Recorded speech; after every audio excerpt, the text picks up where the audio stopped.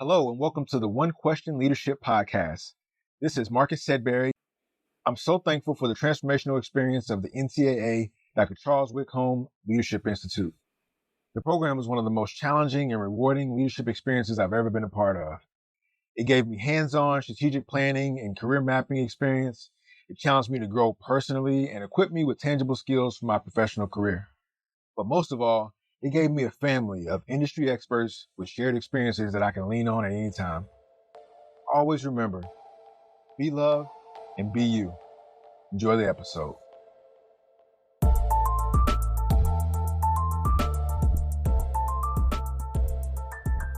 Greetings, this is Ty Brown, and welcome to the One Question Leadership Podcast, where we highlight executive and organizational leadership.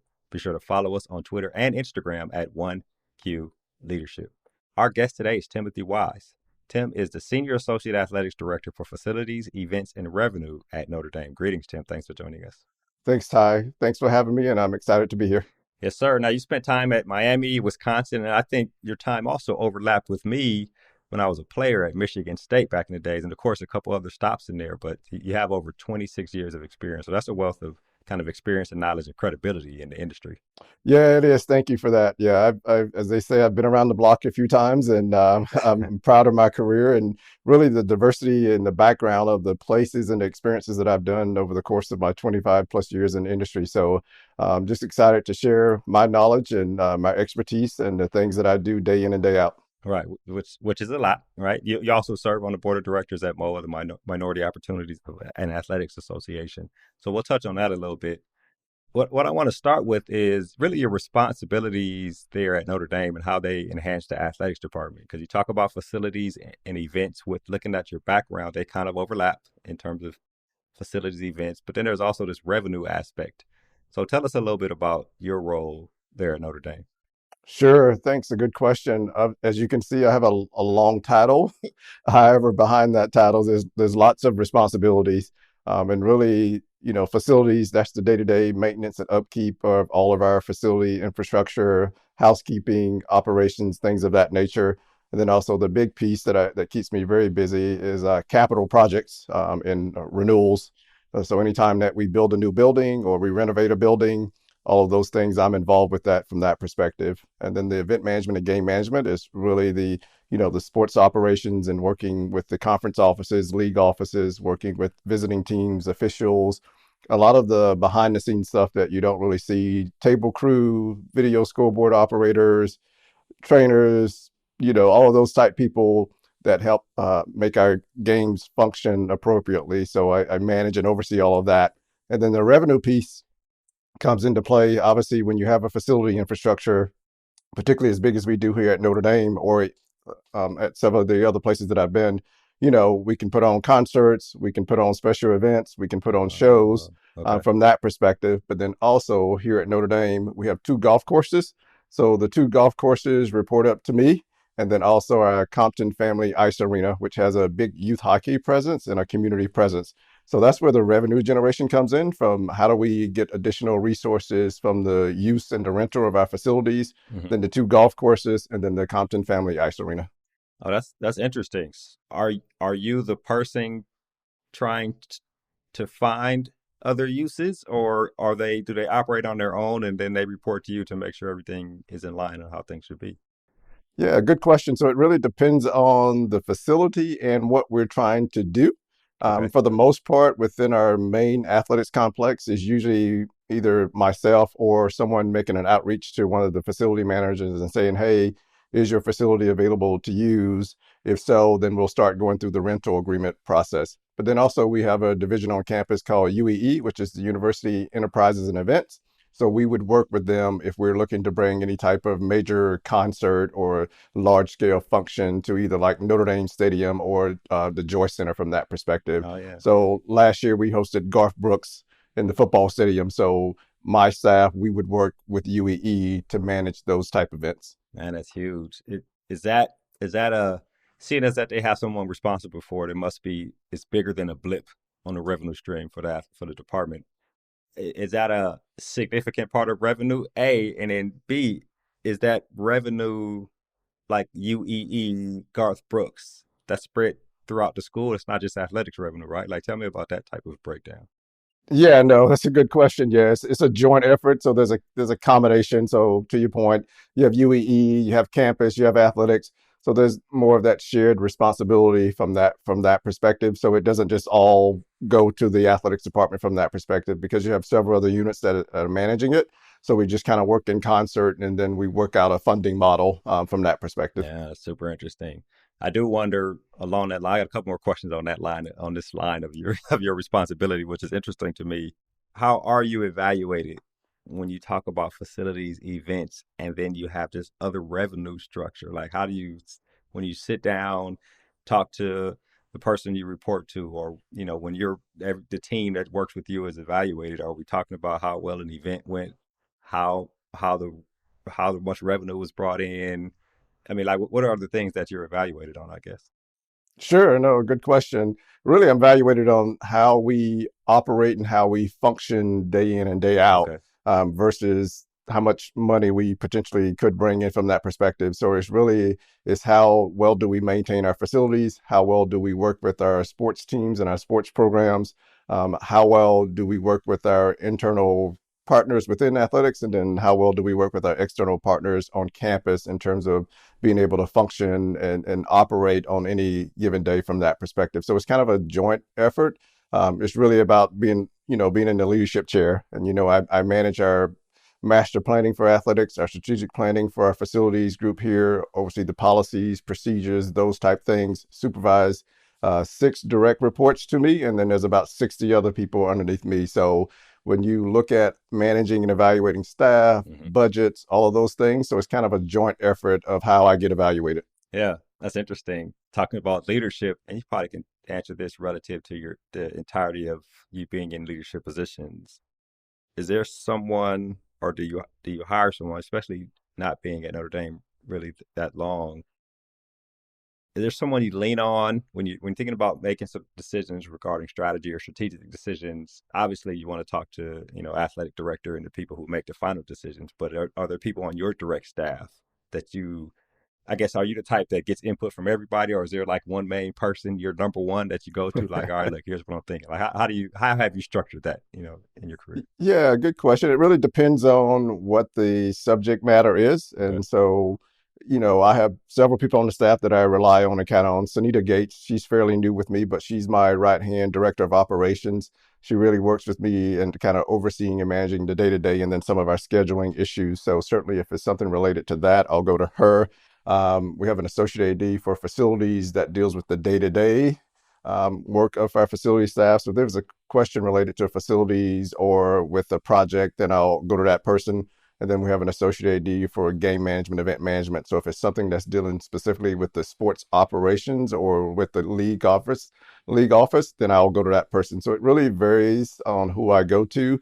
But once we start to get talking about projects on the large scale, Yeah. obviously I've been around for a long time, so I have a lot of friends and colleagues in the architectural world and the construction world. So depending on the nature of the project, I usually reach out to one or two of those sources to kind of throw some ideals and throw some things about out to them about what have they worked on in the past, what have they seen, do you think this will work, et cetera, et cetera. Yeah, that's interesting.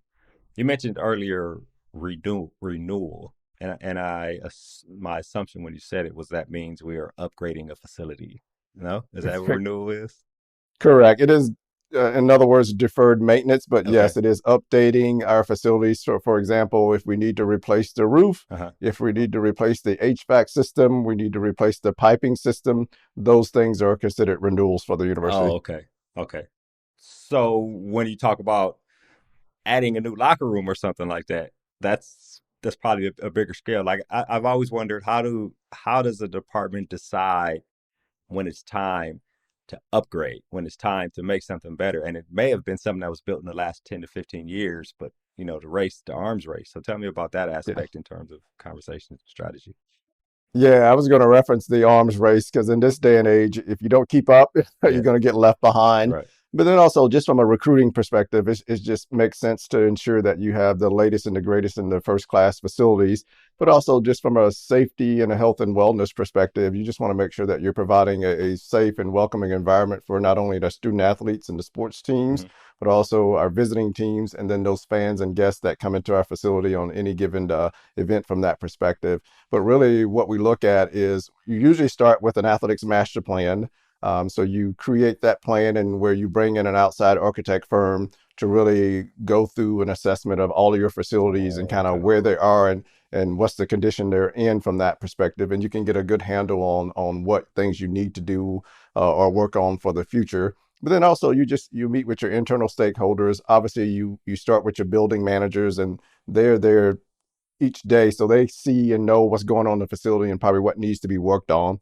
But then also you work with our coaches from that perspective because they all have needs, but they all have different needs. Right. They all want the latest glam and the shiny Yeah, right, things and the exactly. bells and Barbershop and whistles, stuff like that. Yeah. barbershops and everything like that. So we work with them to figure out to get their input, their thoughts, and then obviously we work with our athletic director and some of our key university leadership folks to really put a comprehensive plan together to lay out what things do we need to address, and then when do we need to address them, and then how much is it going to cost to address those issues as we move forward. Yeah. And then we would just work with our university development office in terms of a fundraising perspective to get those funded. Yeah. The person that comes in and does the assessment, I imagine that person has to be in tune with the rest of the country, with how almost how recruiting works. With you know what I mean, because they're going to Yeah. tell you like, hey, I mean, down the street, you know, is that how that person? Because this is a third party that comes in and is Correct. And there's usually someone from a major architect firm in yeah. the country. So there's 3 or 4 major architecture firms in the country, and Okay. usually most universities will work with 1 or 2 of those groups, and then sometimes a local architect as well, because they gives that local flavor and perspective. And particularly when it comes to permitting, you can work much better with the local architect. But the national architect, to your point, they've got a lay of the land of what's happening across the country and what are some of the things that other universities are doing. But I think the big thing for us is we try not to mimic or be like someone else. We Yeah. try to figure out how can we continue to be uniquely Notre Dame. Yeah.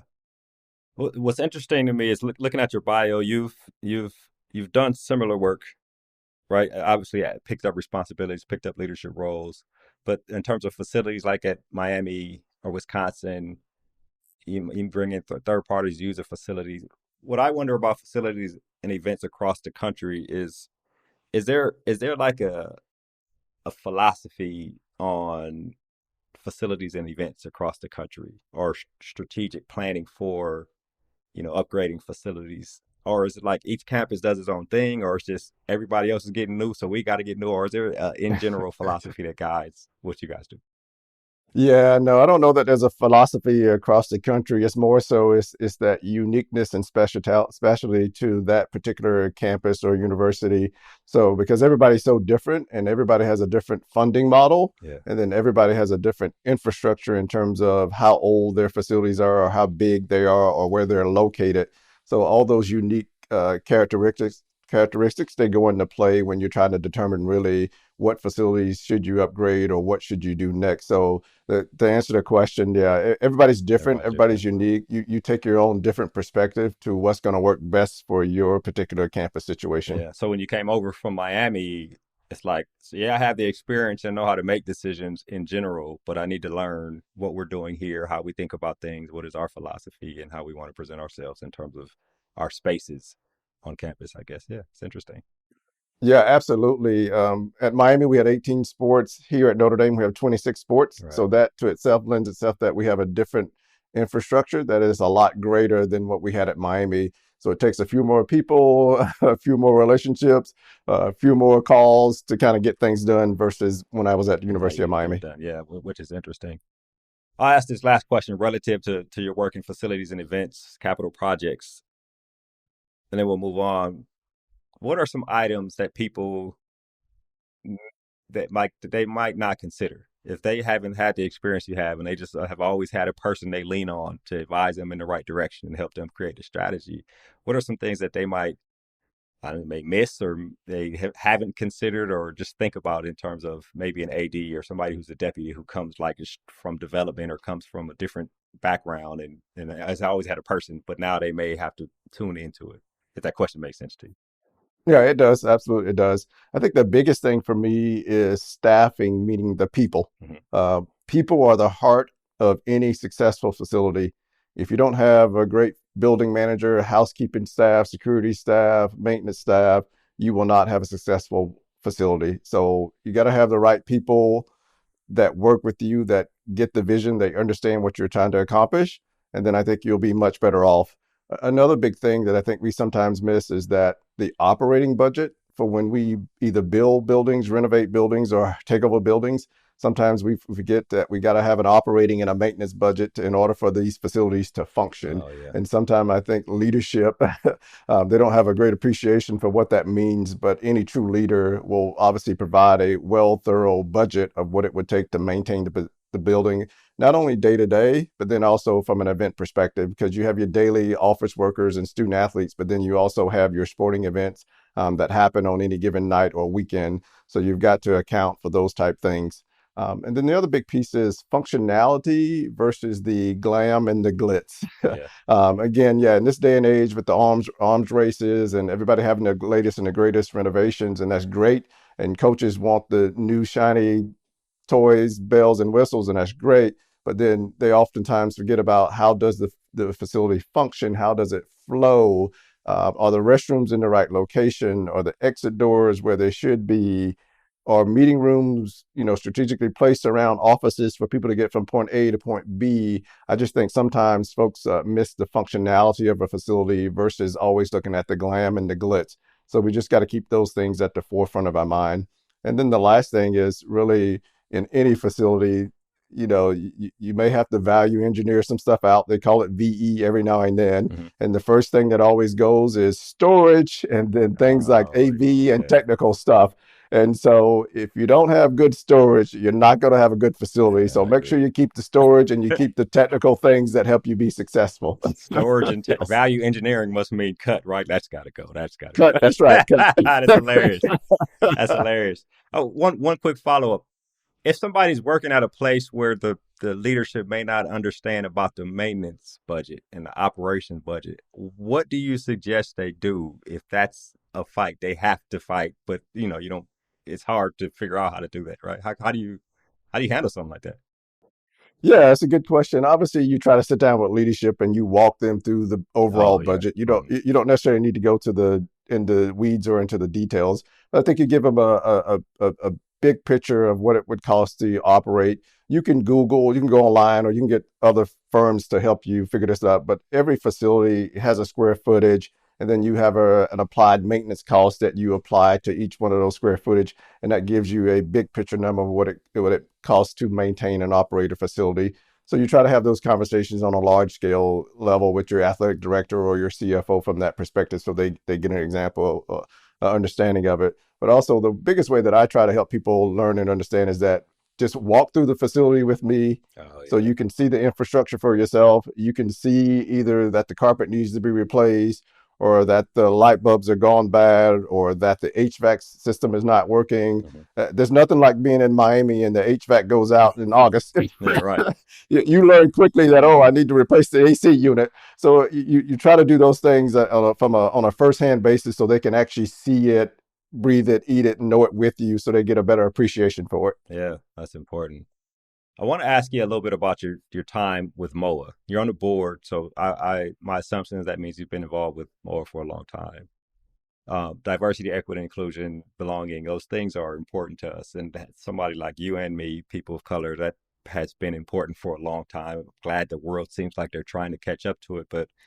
But I had a recent conversation with Stan Johnson, executive director of MOA, and we talked about the goal or the outcomes of getting people in a pipeline, but then also the outcomes of making sure people are getting jobs.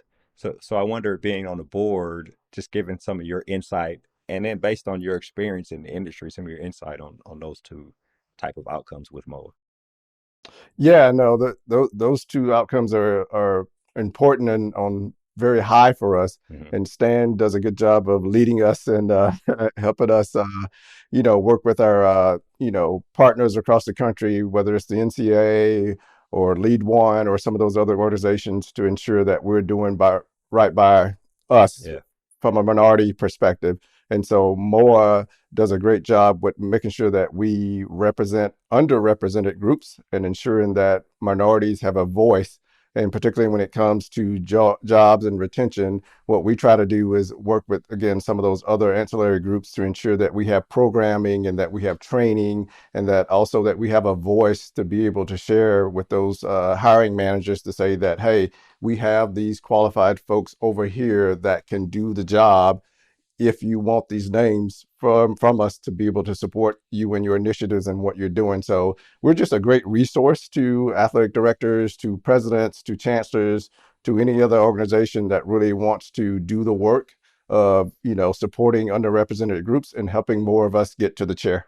Yeah, which is interesting, right? And beneficial and needed in a whole lot of industries actually in this country. I wonder specifically about you. When we're young, we're trying to make happen what we can make happen for ourselves, gaining credibility, gaining influence, gaining responsibilities. And at some point in that journey, we get to a point where it's like, okay, it's not just about me out here. Let me figure out how I can help other people get to where they need to be.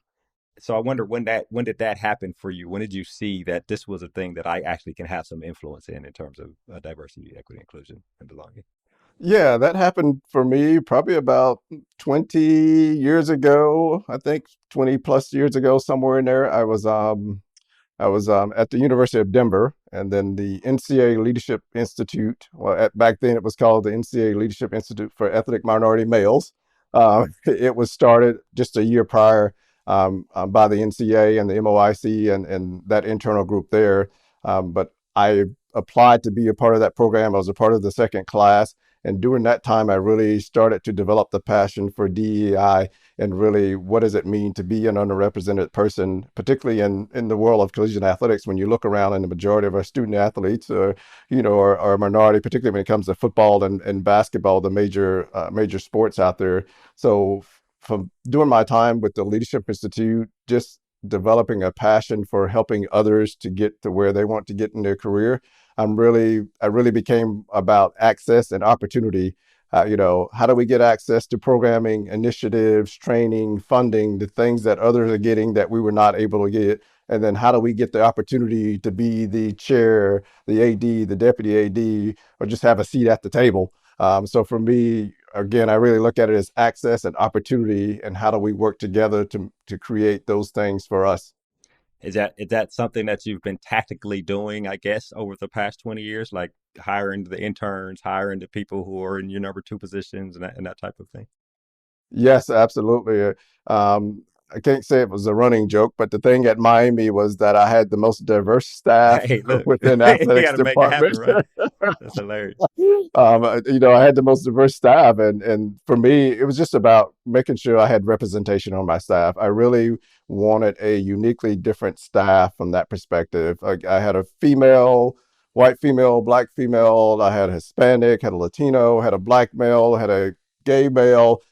For me, none of that mattered in terms of their race and ethnicity Yeah, because they really did a great job. right. So that worked out well. But at the same time, I wanted to make sure that I had a well represented group of folks that worked for us and that our student athletes saw on any given day. Yeah, which is excellent. This has been a good conversation. I'll tell you one thing.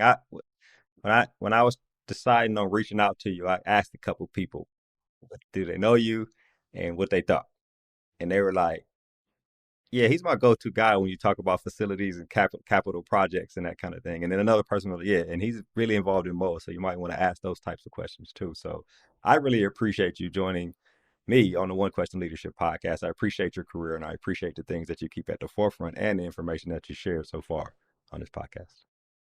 Thanks, Todd. No, I appreciate you having me here and me sharing my expertise and my wisdom with you. And so I just look forward to pushing the rock and helping us get better. Keeping it going. Yes, sir. That was Timothy Wise. He is the Senior Associate Athletics Director for Facilities, Events, and Revenue at Notre Dame. And of course, I am Ty Brown with one question. And keep in mind, the role of a leader is to create and maintain an environment that people want to be a part of. And as always, be better tomorrow than you are today.